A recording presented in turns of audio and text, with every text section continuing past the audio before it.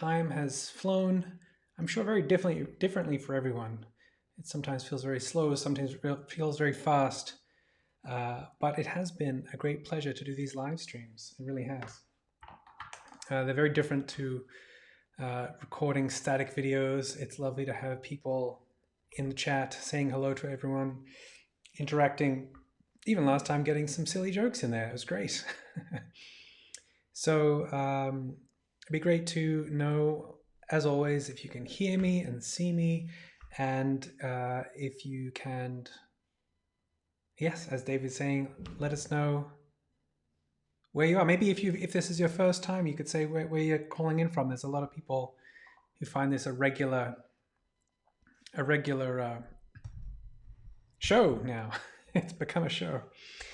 Um, so anyway, great to have you with me again. Today, we're going to take a little bit of a deeper dive into the world of harmony. This would be our third session now in harmony. We started out by building up, we started out by building up triads and then identifying them in scores and then understanding concepts of tonic and dominant and then non-chordal tones. So usually the notes that make it slightly more difficult for us to understand exactly where those triads are in the music. And today, what I would like to do is I actually have two topics, and they were both suggested by Dave Belcher. So thank you, Dave. And these two topics, the second one is dependent on whether or not we have time. I seem to take more time than I think each time. So we're going to start with the circle of fifths. And I have, as you'll see, a very non-technical manual set up here that I'm going to try out, also known as a whiteboard.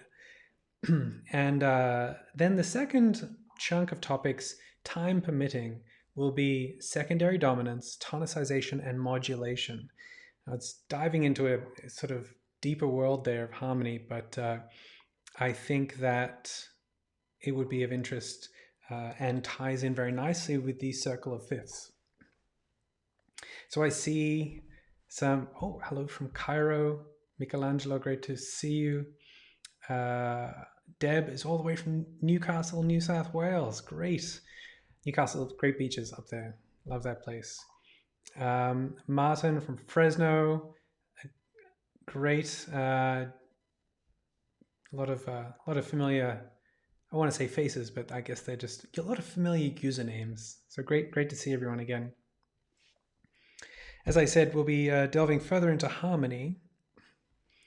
And a few funny comments coming in already. Jim is saying, "I expect my head will be going in circles after today?" ? Well, I really hope that I can explain the circle of fifths in a very usable, functional way. That's been sort of the approach that I've been trying to take with all of this harmony. Is really how can we take the simplest information and use it in a practical sense, understanding the music that we're playing and maybe even analyzing it. So although I do know that this kind of study can be intimidating a little bit or confusing, I hope that I'm definitely doing my best to communicate clearly and also hone in on the things that are actually useful, because there are a lot of pathways you can go down with musical harmony, and some of them are very intriguing but not that applicable. For instance, we could really get into the nuts and bolts about the key centers, as we're going to see kind of around the bottom half of the circle of fifths, but we very, very rarely use them in classical guitar music. So while it is interesting to delve into the enharmonics down there and everything, it's not as practically applicable as some of the other keys. So that's what I'm trying to do. I'm trying to stay into a practical world.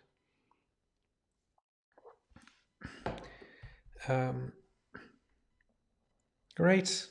People are commenting all over the place. I'm getting pinged everywhere. And if you're on YouTube, you can, I think liking the stream helps it somehow. I don't know.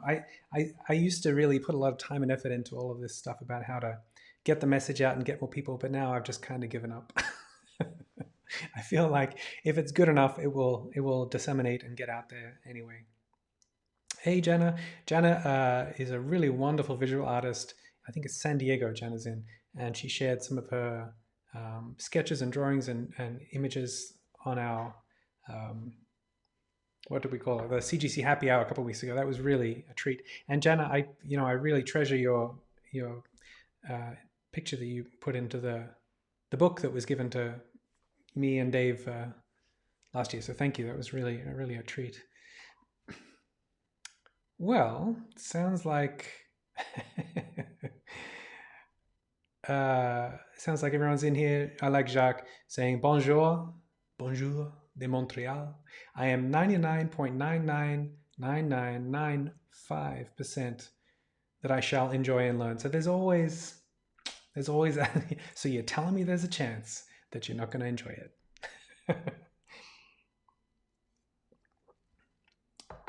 Okay.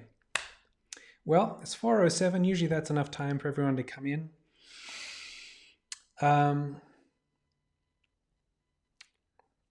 This one, some of these harmony topics, I really try and take a bit of care, obviously, about how I describe them or how I teach them.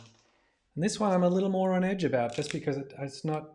I think it's pretty clear. All right, but we will try. Here's what I'm going to do. This is where we're going to dive into technology / not technology. Ready? Da da da da. This is a whiteboard, or a little mini whiteboard anyway. So I know it's kind of old school, but I think it's kind of nice. Martin asked if it's vodka or water. Today is why is it the party day in Sweden? I'm not a big vodka drinker. I'm not a big drinker at all, really, but I do enjoy alcohol. I like alcohol, but I don't drink much of it. But I do like gin. I've become a fan of gin. As I age, I find certain alcohols don't agree with me, but gin does. So, not so much about, yeah, but anyway, why is it the party day in Sweden, Martin? Tell me, I'm curious to know. Valborg's names day. I need to brush up on my Swedish history, clearly, because I don't know who Valborg is. But maybe you can regale us in the chat. All right. Yes, Aviation Gin has a good spokesperson. I also, yes, aviation. Anyway, we're not going to get into gins. We're not going to get into alcohols. I have to make a clear cut and dive into the circle of fifths, which is why a lot of people are here. Okay. So we're going to dive into the circle of fifths, and the circle of fifths is useful as a tool to understand how key centers relate to one another. It's a tool to memorize or remind ourselves of the order of sharps and flats. It can also be extended out to understanding what chords are major in a given key and what are minor, relative minors to relative majors. It really has a lot of different uses that is really quite intriguing. It's fun to spend some time with this and really dive in, and you start making connections. Some of them useful, some not so useful. But so let's just start out with the idea of it to start off with. I've been practicing on the whiteboard, but we'll see how good it goes. So the circle of fifths starts with a circle, funnily enough, and we take the 12 notes of our Western music world. That means all chromatic notes, so C, C sharp, D, D sharp, E, F, F sharp, etc. All of those chromatic notes, and we place them like we would the numbers on a clock around this circle, right?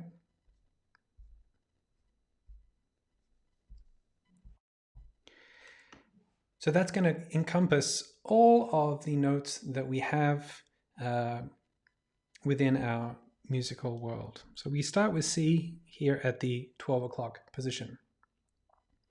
Now, the reason it's called a circle of fifths is that we go clockwise around this circle, filling in these spots with the notes 1/5 apart.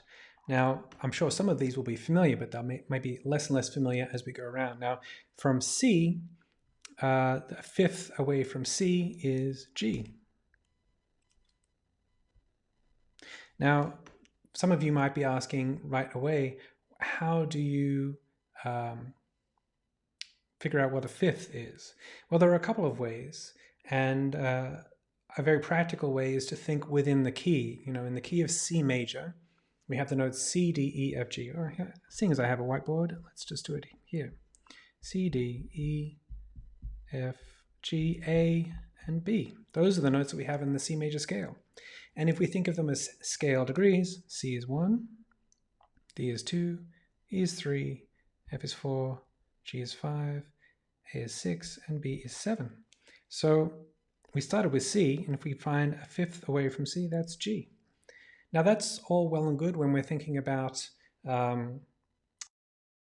keys, and we're familiar with the keys. But what if it's a particular note and let's say A flat, and then it's giving us a confusing moment where we think, what is a fifth away from A flat?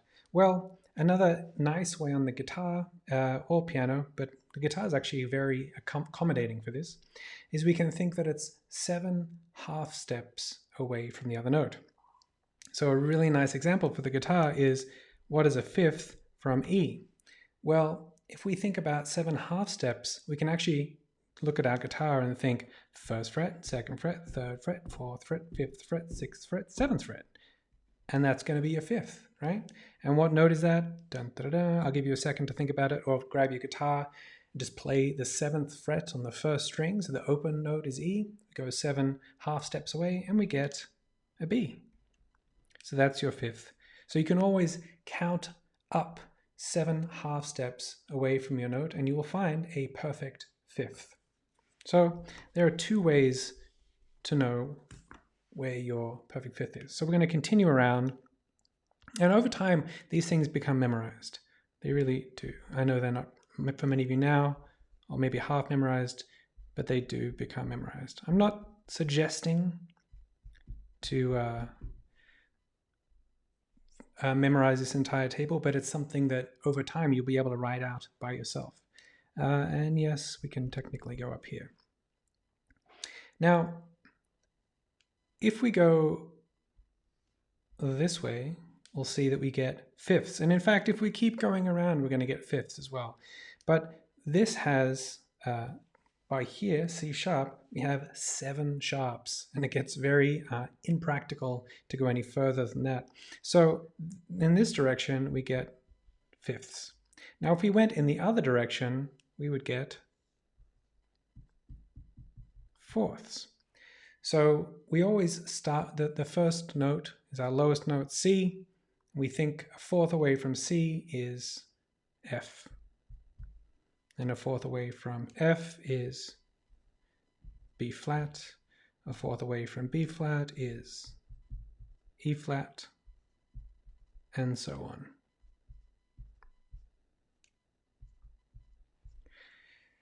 Now, we will talk about these at the bottom here. But the reason I stopped is that you can see that actually you still keep going around the circle of fifths as fifths. But at a certain point, we want to transition to flats for practical reasons. And these scales here, this would be C flat. These are called enharmonic keys. And simply that means that enharmonic means that D flat is also the same as a C sharp. They just have different names. G flat is the same as an F sharp. C flat is the same as a B. And as I said before, we're not going to dive too much in to this world of enharmonics because it doesn't really have a practical application very often at all in what we play. I'm not saying it's not important. I'm just saying it's very infrequently practically applicable. So, the first thing that I think, well, the first thing I want to do is take my terrible handwriting and replace it with something I did earlier. Da, da, da, da. There we go. All right. So just for those who prefer a clean rendition.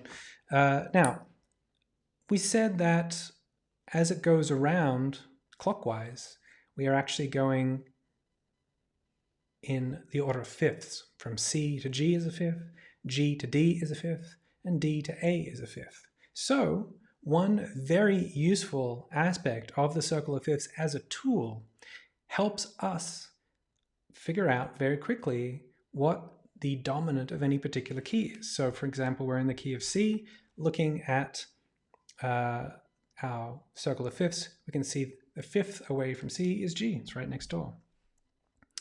Now, a little more tricky, what would be the fifth, the dominant of E, right? You go to E down there at, what's that, 4 o'clock position, and right next to it is B.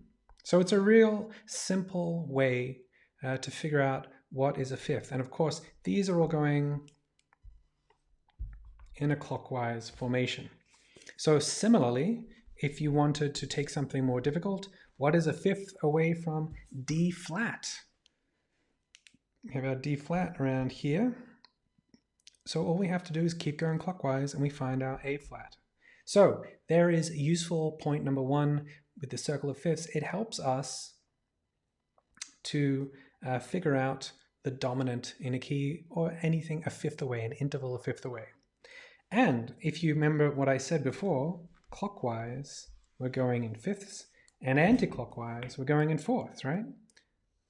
So if we're going anti-clockwise around the circle of fifths, we can easily find a distance of a fourth. So we start with C, we go anti-clockwise, we'll find that what's a fourth away from C?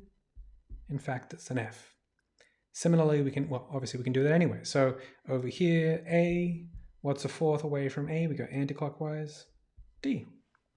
So that is a useful little way to find intervals of fifth and intervals of a fourth. Now, of course, when we talk about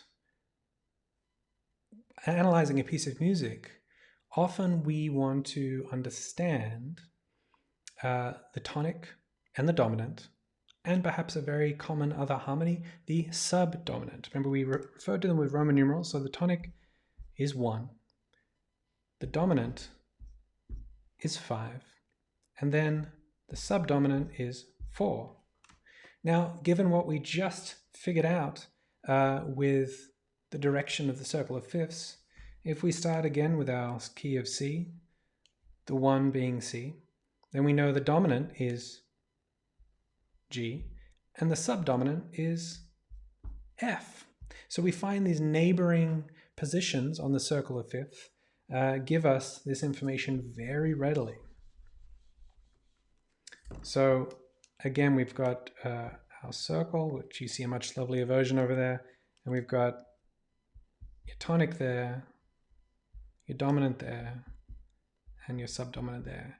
And if we shifted this area around anywhere else, we get the same thing. Let's say we considered E our tonic, then we would find our dominant to be B and our subdominant to be A. Easy, right? So it's a really nice way to understand not only the intervals, but also have a quick snapshot of the tonic, dominant, and subdominant harmonies in any given key. I'm going to be drawing a lot of circles today, I feel. Okay, now another harmony that's incredibly useful when understanding relationships. We've got dominant relationship with subdominant, but then we have the relative minor.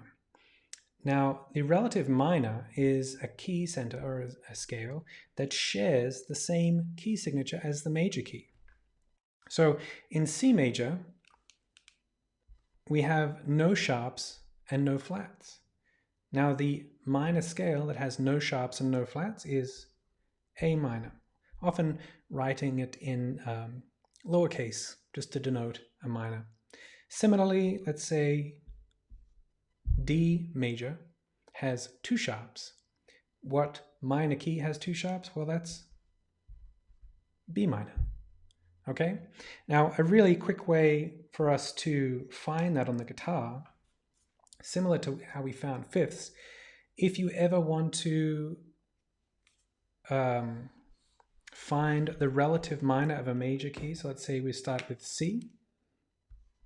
We can go down 3 half steps or 3 frets on the guitar. So if we started with C, let's say that's fret 8 on the first string. We go down, we go C, B, B flat, A. 8th fret, 1, 2, 3.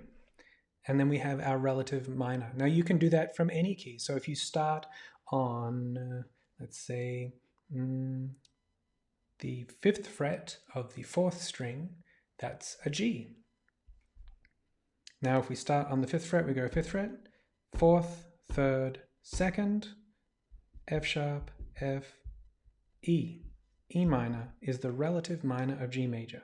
So that's a nice quick way to figure out what the relative minor will be starting on the tonic of your major key. And of course you can do the inverse. You could start on that minor and go to the major. But for those who like clean renditions of this, here's one I prepared earlier. So here we have the relative minor keys aligned with their relative major keys. So you can actually see that within a snapshot, let's say we've got C major, right?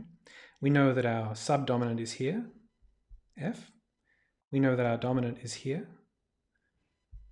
And we know that our relative minor, or the 6th chord, is there. So it's really a quick tool, quick find tool. These are things that you start to memorize over time and get used to after playing pieces, but it does become very useful. Now, I do want to, this is something I've seen described with really fantastic graphics before, and I wish I had fancy graphics to show this, but I'm going to show it. I'm going to take away these. I'm going to show it with my very janky circle of fifths here. But I think this is quite interesting. We have talked about in the past weeks triads, and we have discussed how to build triads, and we have talked a little bit about harmonizing scales. Now, the 1, 4, and 5 in any particular key are major, in a major key, sorry, are major chords. So let's take our favorite C major. The 1 chord is major, the 4 chord is major, and the 5 chord is major. So we're starting here on C, right? And these 3 are major. Now, if we want to know the minor chords of that key, funnily enough, it's the next 3 around. D minor, A minor, and E minor. So D would be the 2 chord, A would be the 6 chord, and E would be the 3 chord. And funnily enough, the last one, the 7th one, is the diminished. That's B, that's the 7th degree. Now what you can do, imagine this is a fancy show, right? With fancy graphics and everything. You could shift this whole little apparatus, the green, the red, and the black, and put it around to, let's say we're starting with D, all right? We'll do another layer. D, subdominant, tonic, and dominant. There's your major chords. There's your, yes, minor chords. And there's your, now this is looking terrible. There's your diminished. So it's a really interesting one in terms of working it out. I actually, if you look at the, when I bring up my much nicer graphic, you'll see that you can actually do the same down here with the minor keys. I kind of like this way better, but it's very cool to go around the outside. Right? So have a look at this graphic now. Right?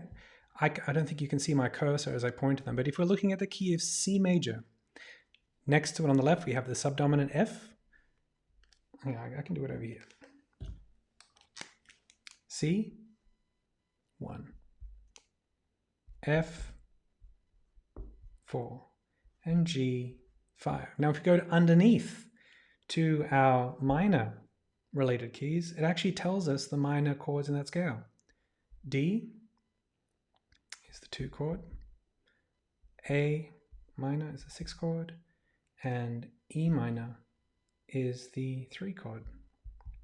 And then finally, we see next to the E, we've got that B, which is our diminished. And I think that's pretty cool. You know, if you want to ever write a song, especially a pop song, have a look now at the circle of fifths there, and we're going to be in C. And I'm going to call them out, see how we jump around. Ready? C, A, D, G, F, C, A, G. I know I didn't use all 7 chords there, but it's amazing how they all kind of work. Some better than others, but it's actually a very nice tool for a starting ground with composing. It's also a useful tool in the sort of reverse way of analyzing what someone else did with their composing. And as you can imagine, with this whole switching idea, if we change keys, we'll also suddenly get a reference point of, oh, there's the tonic, there's the subdominant. So if we modulate, if we go to another key, it's a useful tool to understand what harmonies appear in that key, which one's a major and which one's a minor. So I think that's quite a nifty aspect of this. Now, moving on to practical, I don't know what number we're up to, but practical aspect, the next practical aspect is going to be the key signatures.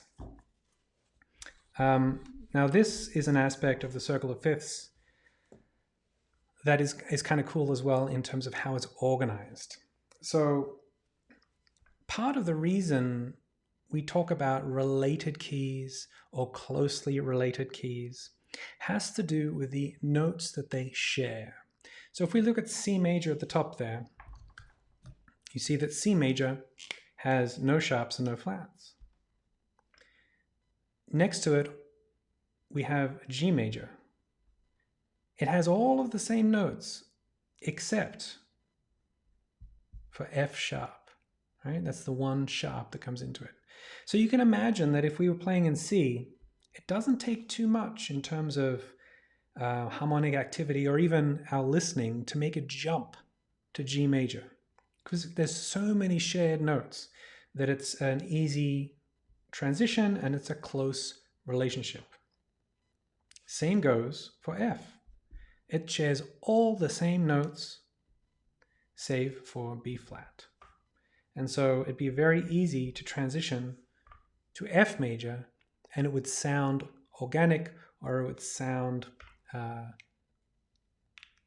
it wouldn't sound jarring. You know, if you change to a distant key, somewhere further away on the circle of fifths, it's got many different notes. They don't share as many notes, and it's a bit more jarring. Sometimes you want that effect, sometimes you don't. And of course, if you went to A minor from C, that would be a nice transition too, because they share all of the same notes. The one note that often comes up in A minor is G sharp. It's our leading tone. But still, that's one note that's different. So they're very closely related keys. In the order of sharps, you will be happy to know that they are also organized.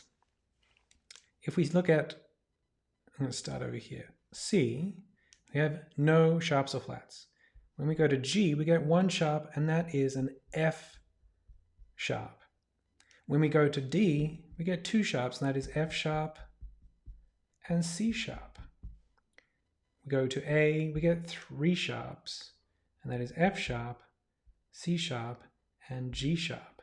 Now, by now, I hope you might be starting to click into a pattern. So first of all, the first pattern is that as we go around, the sharps increase by one for each key that we go around the circle.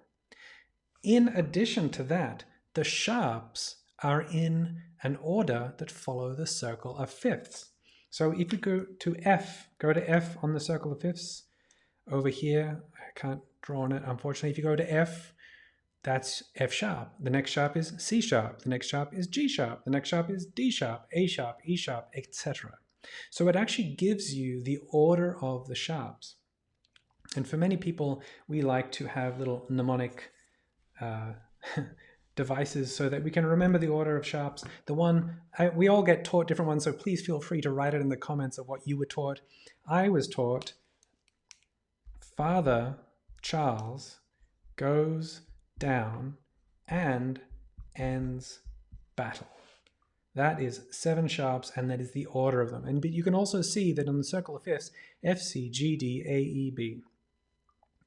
I'm sure there are many, I've heard some pretty naughty ones, as they say, but we're not going to have those naughty ones here because this is it's a classy joint here at CGC. Now, in terms of flats, you will find that you very rarely in classical guitar music, in my experience anyway, will go past 3 or 4 flats, right? So my way of thinking of the flats is B, E, A, and D. And if you look at, there are 2 points where we can see B, E, A, D. We can see on the left there in the flat key, it's B flat, E flat, A flat, D flat. Or if you want to look at the right there, we've got B, E, A, D. And the reason I don't go for anything exceptionally interesting rather than bead is that, as I said, we don't often, in guitar music, go past, gosh, even 2 flats in B flat. Very rarely are we playing in E flat or A flat. We can, but this will be your quick reference guide for the order of flats and also obviously the order of the keys. So that's 2 nice mnemonic devices there. You can come up with your own little saying, Father Charles goes down and ends battle, or bead for the order of the flats, B flat, E flat, A flat, and D flat. And I think it's quite cool that we have them in that order that follows this circle of fifths. Okay, so I'm going to talk a little bit now about some of the slightly more esoteric aspects. Esoteric in that they're interesting, but maybe not that applicable to what we do. As I mentioned, we have the N harmonic keys down the bottom. So an N harmonic note means that if you've ever seen a double sharp, right? In a key, you might see C with an X. That means to raise it twice. And so effectively, we'd be playing the same pitch as the note D. In the similar way, we could have the note C sharp, and that would be the same as playing the note D flat. Likewise, we could have the note F sharp, could also be known as the note G flat. Now, why on earth would we have 2 names for the same note, or even in this case, potentially 3 names with double sharps? Well, it's got to do with organizing music into logical grouping. So if we're in flat keys, we don't necessarily, if we're in flat keys, we usually stay within that world. We don't necessarily go sharps to flats that often. So in the guitar world, we deal with sharps a lot because we deal with sharp keys because of the open strings, and not so much flats. That's why we almost always deal with sharps. Woodwind players and singers will often deal in the world of flats. And in a given scale, we don't want to have too many double sharps, or we don't want to have repeated notes. So we will sometimes prefer a double sharp instead of a repeated note.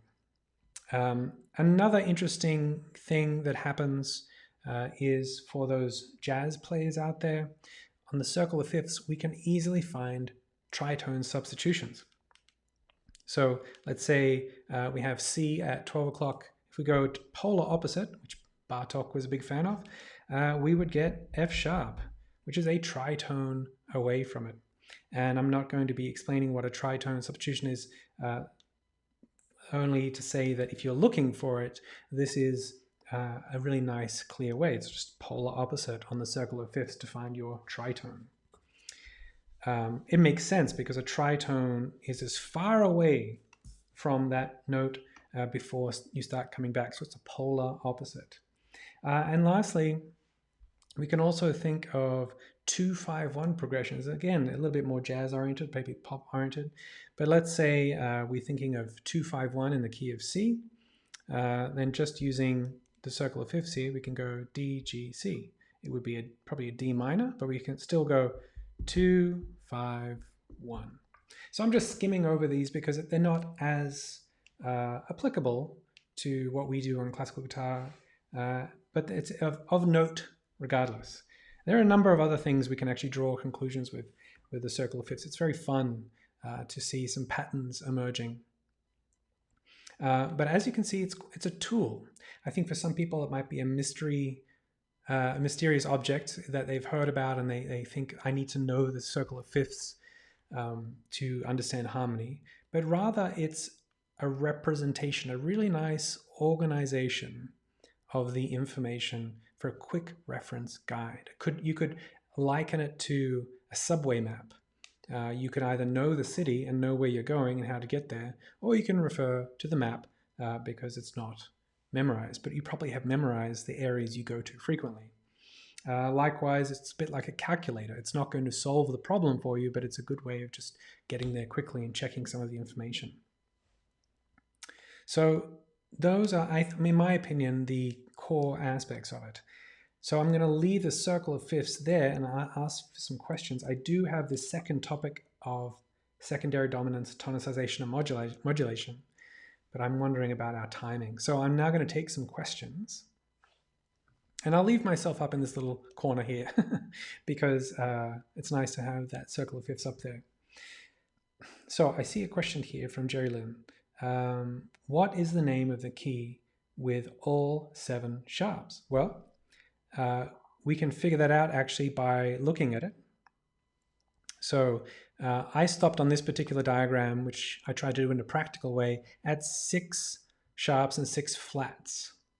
But if you went one more tick clockwise from that F sharp, we're down here at the bottom, and we went one more across, you can see what I've got on this diagram is actually D flat, right?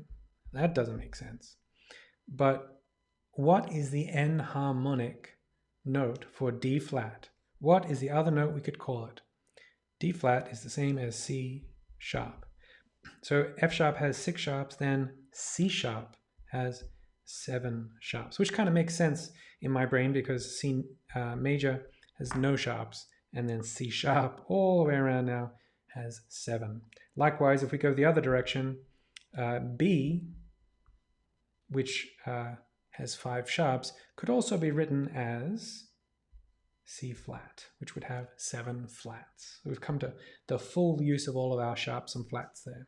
But once again, very rarely do we actually come across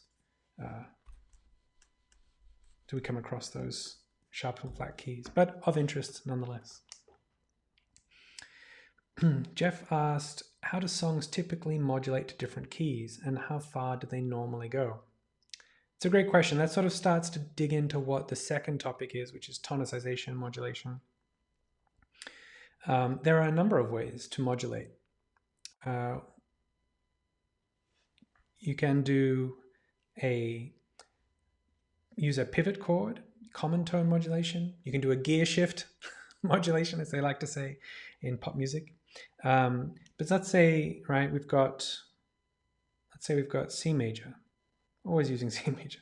C major, D minor, E minor, F major, G major, brain freeze, A minor, B diminished, and back to C major, right?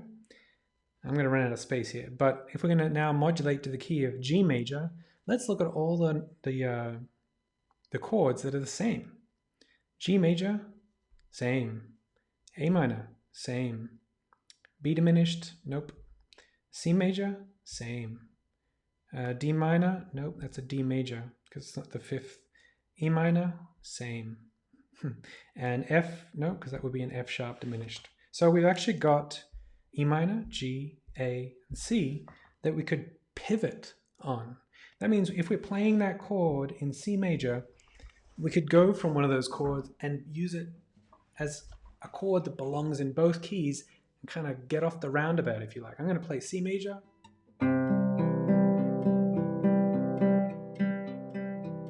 F major. Slightly out of tune, back to C major.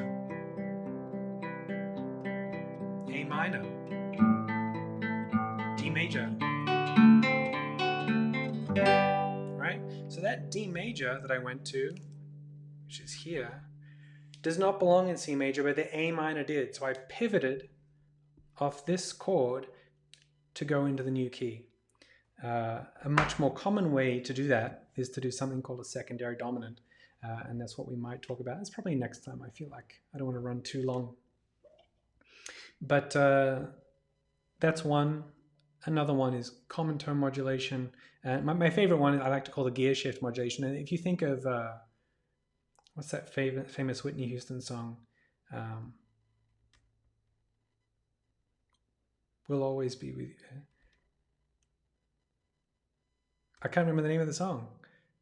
And I will always be with, yes, we always be with you, I think it is.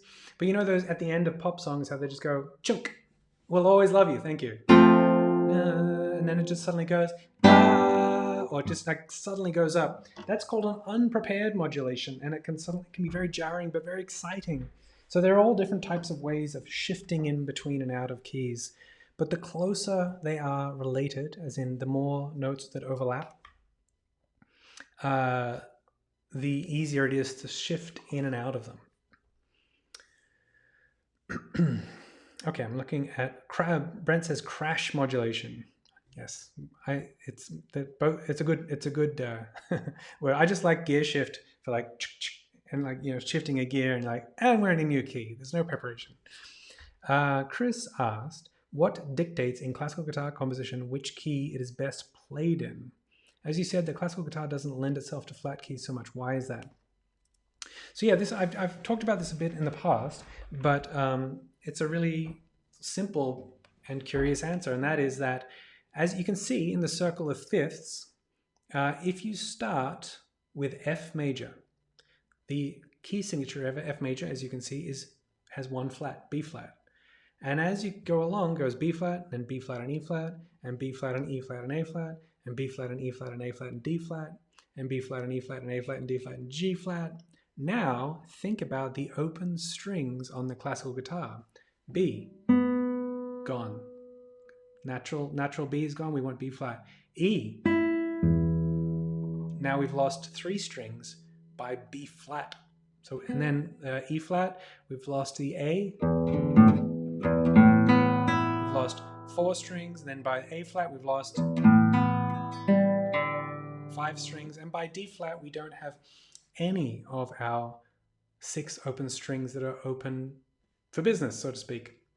We have to start using barres a lot, and so it's physically more difficult to play in flat keys because we don't get the wonderful advantage of using open strings. If you look at the sharp keys, F sharp doesn't hurt our open strings.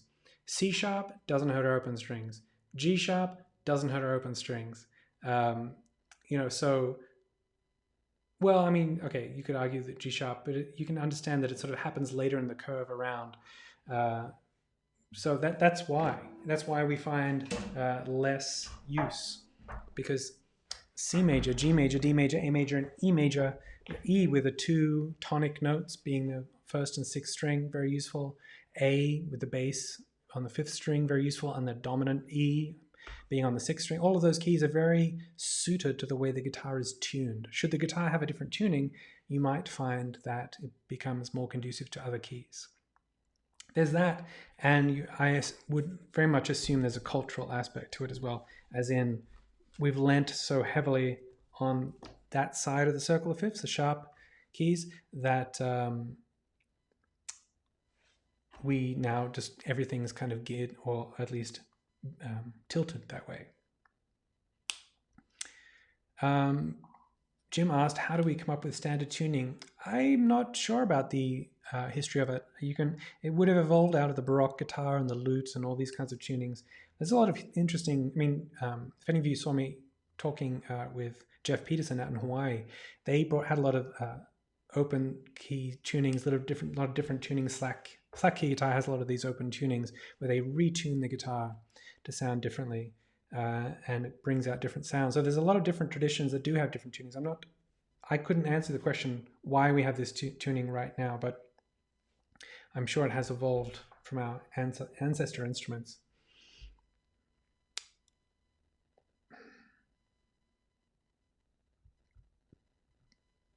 Let me see if I can jump back to any questions.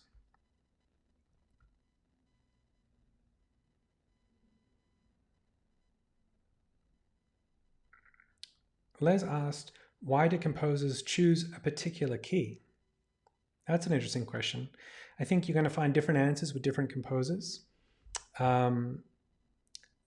There are, there's so much to say here.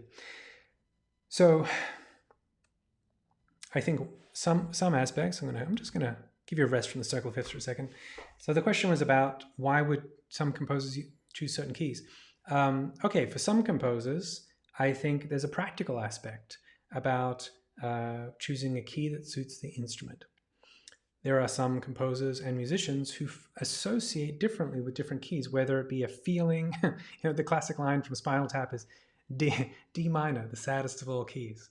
But you'll also find people that associate feelings with other keys, like D major being triumphant and C major feeling pure. I wonder if that just comes about because no sharps and no flats. Certain keys being turbulent. A lot of Beethoven stuff, I think, is an E flat. And so people feel and experience keys in different ways. Maybe it's because of their musical experiences and education. Some people have something called synesthesia.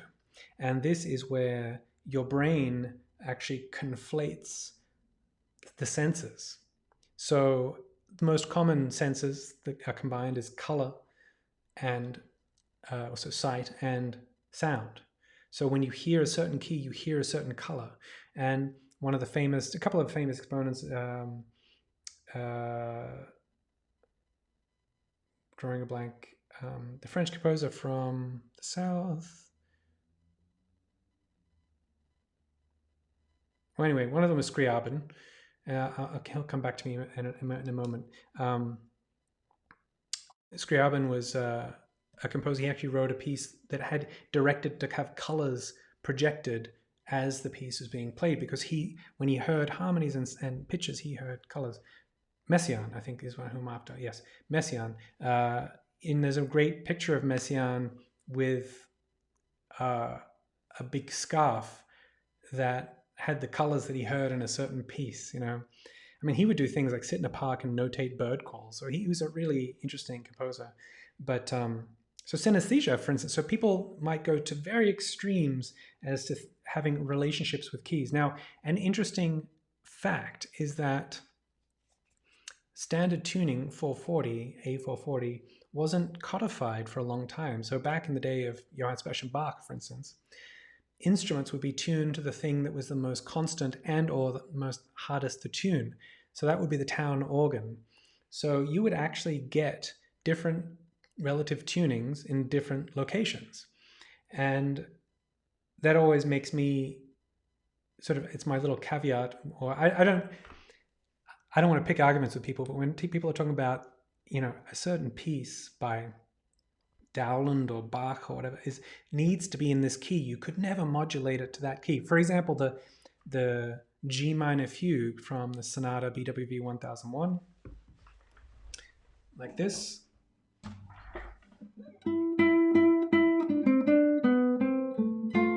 Very famous. Is written in G minor, in the key of G minor. However, when it was actually played, it was more than likely, it was probably played something akin to F sharp or even F. It was probably flatter, but the pitch would vary from town to town. So our idea of key centers is from that older music is, I don't think we should hold on to it too tightly. So I was playing it just then in the key of A minor. Why? Because it suits the tuning of the guitar very, very well. But people do experience pieces and sound worlds quite differently. And I'm sure all of us could feel like certain keys have certain sounds.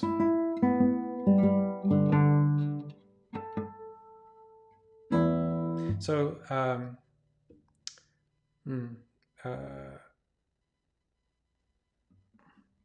for me, for instance, like C major.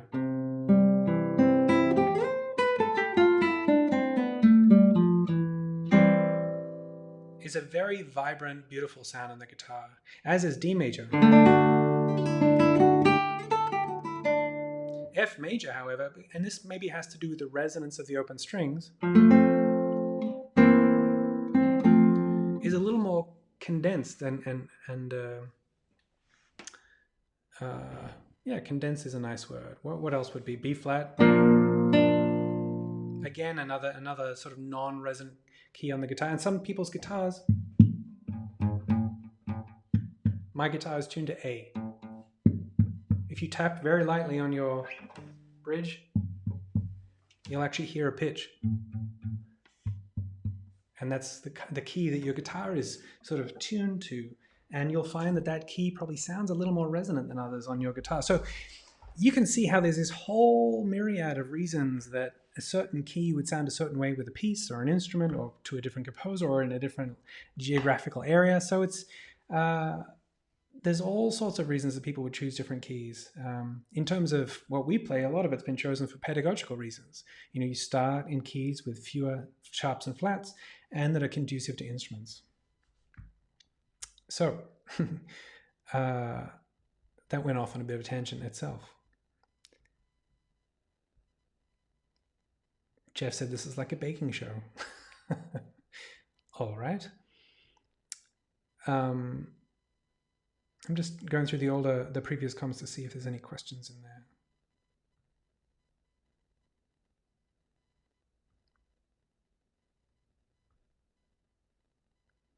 David asked, can you read the sharp starting at F sharp minor and go clockwise? F sharp minor and go clockwise. F sharp minor. Oh, I lost my, here it is. F sharp minor and go clockwise. I'm not sure of that question, David, if he's still here.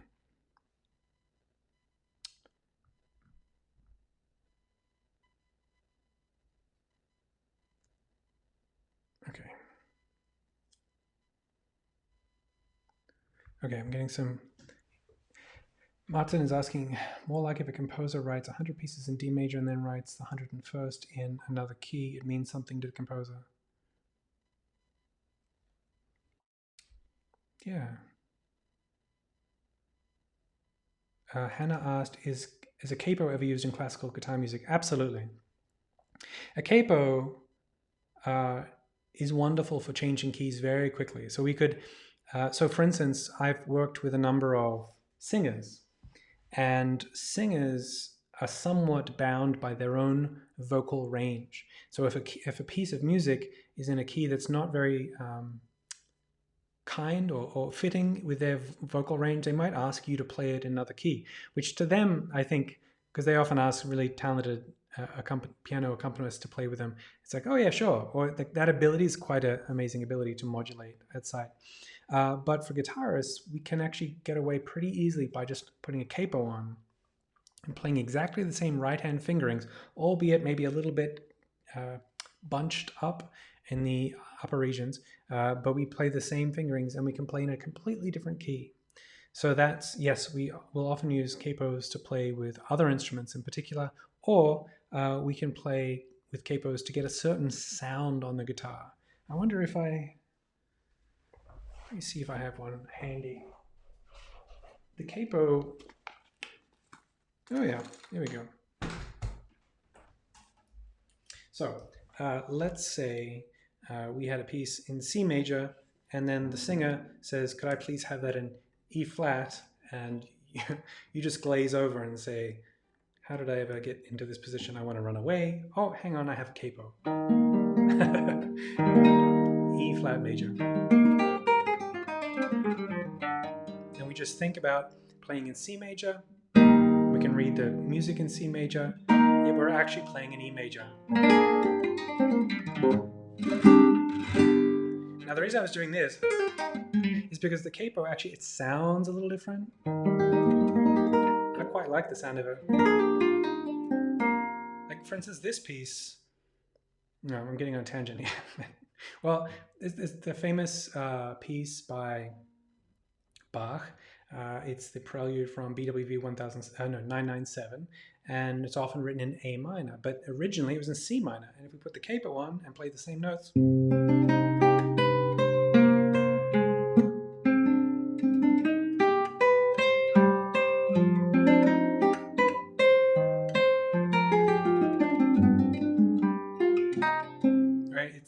and it sounds different. The guitar with a it sounds. The word I usually is ethereal. It sounds very jangly and very beautiful. I like it very much, and also slurs and the speed of the right hand feels a little different. Flamenco players will often use capos. So it feels different, it sounds different.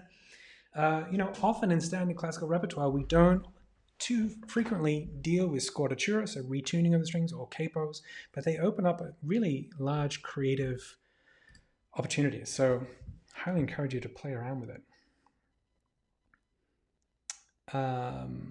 Okay, so I think, unless I'm mistaken, that was all the questions. And it's a very civilized session. Last time I went on a bit too long. So I did want to talk about secondary dominance, tonicization, and modulation, but I think I will leave that for next week. It's a really interesting next level approach to understanding what's going on in the score. Just to give you a little preview.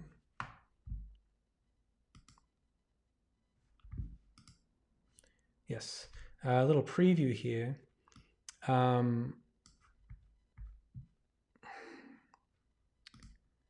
We were looking at this lovely piece here, the study number 8, and as soon as you start seeing these sharps here, F sharp and a G sharp and a B flat and a C sharp, we start to see something's going on here, and it also starts to become more confusing to analyze. And that's where secondary dominants come in. That's where tonicization comes in, and eventually modulation. So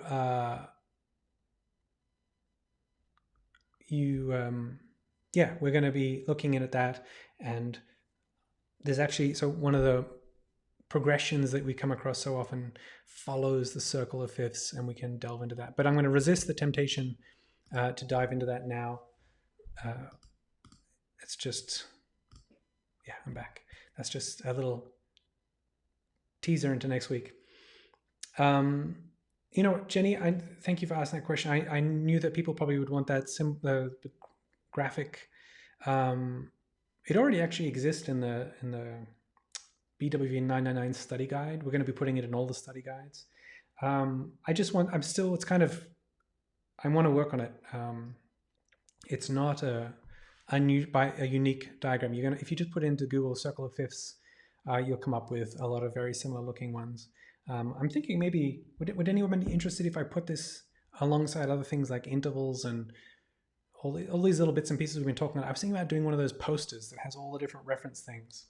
I thought that'd be quite cool. So maybe if people are interested in that, I could do that, because I started with the circle of fifths, and it could be a nice reference poster or something like that. But I will, Jenny. Eventually, it will be in there. But also, you can have a Google. So I really appreciate you all being here. Thank you for indulging my whiteboard top-down usage. And I hope you all stay safe, stay well. And thank you. Yeah, thank you very much for being here. I'll see you all soon. Take care, everyone.